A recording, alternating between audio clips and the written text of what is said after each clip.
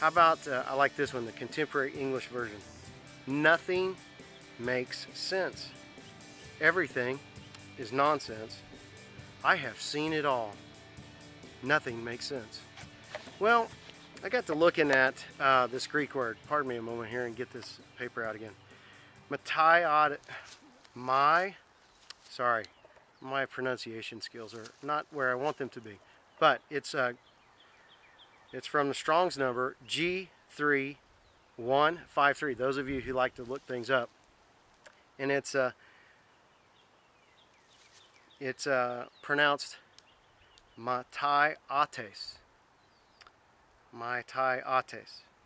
And Strong's defines it as depravity, morally depraved. Thayer's says it's perverseness, things devoid of truth.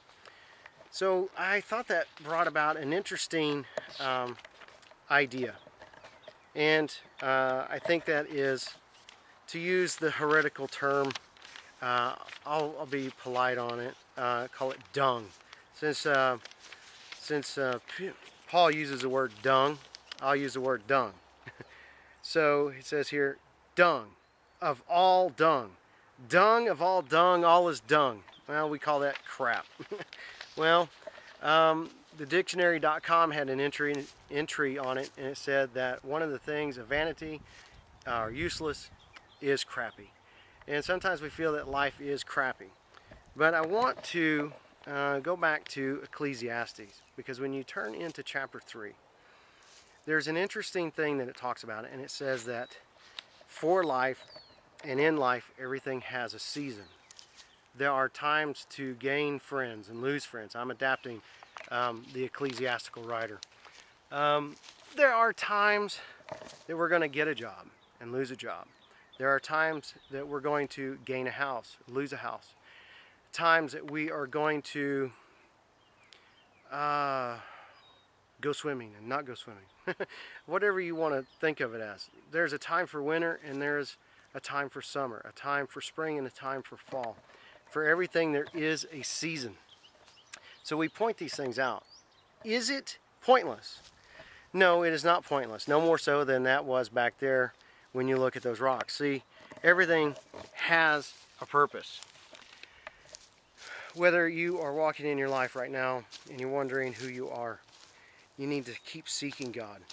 You need to know Messiah. God has promised him. He delivered him. If we know Messiah, we definitely find hope. And hope is what gives us meaning. And I know that people find hope in all kinds of things. The problem that I have found is that when we find earthly hope, I have found that that is temporary.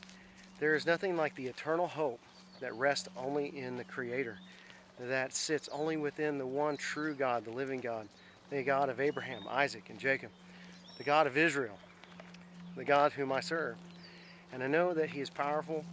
I know that he is alive. And I know that we sit out here and humanity has made paths and flies in the air above us and makes houses and not trees, but takes the trees and makes baseball bats with them maybe, or pianos, you know. Now, these are good things, but they are temporary and they do give us joy. Just like the ecclesiastical writer said, you can use your hands and use it to good things. But know that that this life is transitory, it's temporal, and because of that, it's only going to provide temporary fulfillment.